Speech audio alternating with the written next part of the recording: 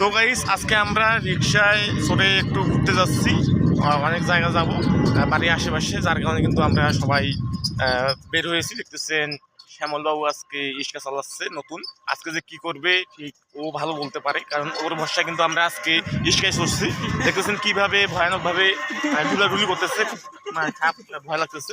দেখতেছেন আর একজন সাইকেল নিয়ে বার হয়েছে। আজকে আমরা একটা মিশনে বার হবো, যার কারণে কিন্তু সবাই বার হয়েছি। আরো দুইজন আসছে বার হওয়ার জন্য। দেখতেছেন এই যে ও আছে, সবাই আছি আমরা রিক্সায়। আজকে ব্লগ ভিডিওটা করলাম যার কারণে অনেক অনুষ্ঠানে আমরা ঘুরতে যাবো, তো যার কারণে কিন্তু সবাই বার হলাম। এখন বর্তমান আমরা তেপুতির মধ্যে আছি, রাস্তার মধ্যে। দেখতেছেন সামনে এখানে ল্যাম্প পোস্ট রয়েছে।